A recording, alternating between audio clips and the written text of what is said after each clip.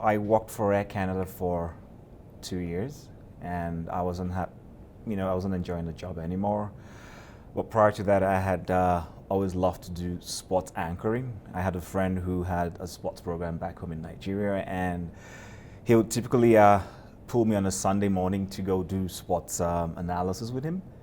And after a while, I began to like it, and I enjoyed it, and I began to dream of the possibility of doing something on TV. And then when I worked for Air Canada and I wasn't enjoying the job anymore, I just kind of felt, you know what, I needed to go back to school.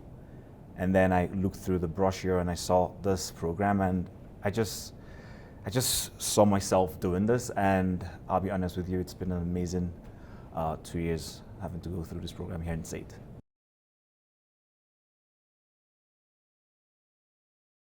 Yeah, I have enjoyed the program. I practically came to SAIT knowing absolutely nothing about how to run the cameras. But in that period, I've come to love doing it. Reporting is one of my most exciting roles. Although, yes, it can be very tasking because you have a lot of things to do. Go out there, shoot, come back, edit, and of course, get ready for the news of the day. But there are lots of other things I've also enjoyed doing. I've also enjoyed having to, on the radio side, edit, do things like mini docs, podcasts. It's been a whole lot of experience and a whole lot of exposure that I've had to go through this last 2 years, and it's just been amazing.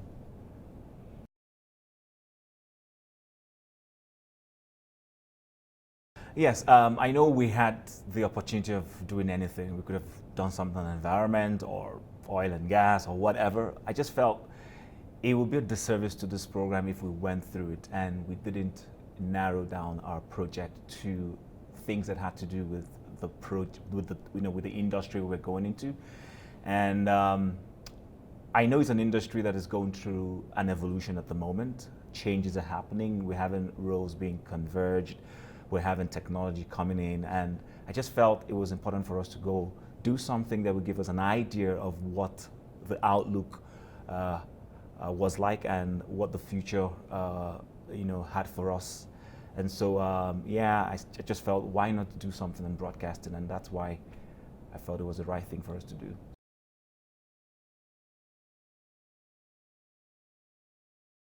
It's kind of difficult to just pinpoint one person because everyone came with something that was novel and insightful.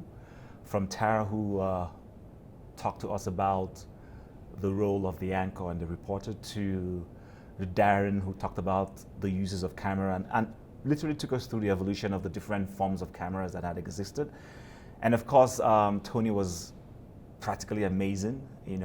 40 years in the industry, that's no mean feat. And talked to us about the way radio is getting into the online part of things. And even Melissa, who's the youngest in the industry, had something to tell. So I wouldn't say one person. Everyone had something to tell and something to teach.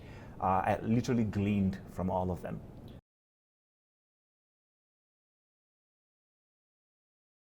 Yeah, one thing that was surprising for me is, okay, prior to those interviews, I would have said the industry was dying. I would have said technology and things like AI were going to take our jobs, but they seem to have hope that no matter the level of infusion of technology into the industry, there will still be that human angle to the broadcast industry. People want to hear about stories, so AI and technology won't be able to do that. Yes, we know cameraman may be out of date, but we're still having to see the VJs do that. So there was hope. It wasn't as frightening as I thought it was going to be. So that was the one thing I left from all those interviews, having the confidence that there's still hope for us in the industry.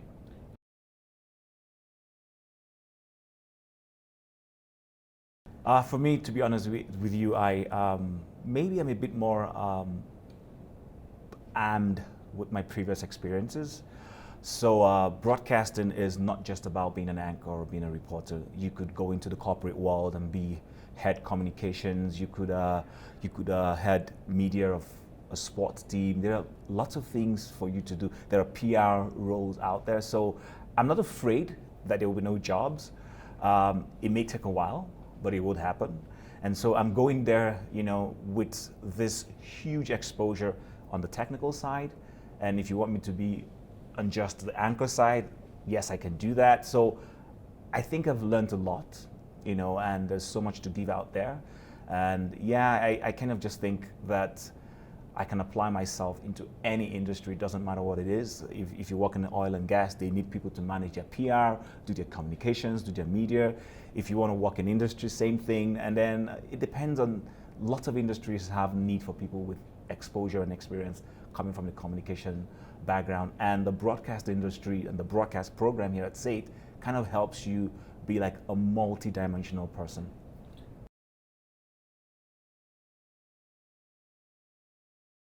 You know what?